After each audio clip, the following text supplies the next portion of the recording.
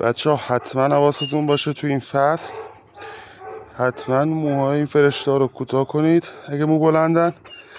الان کایلو منو ببینید چقدر موش بلنده، هم گره میخوره هم کک و کنه و شپش و اینا. اول البته قبلش حتما آمپول آیوه رو بهش بزنید. الان این پسر نمیذاره موشو کوتاه کنه. کایلو به اون پسر خوشگل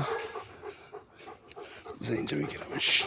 ببینمت پسر، ببینمت. پاشو کایلو.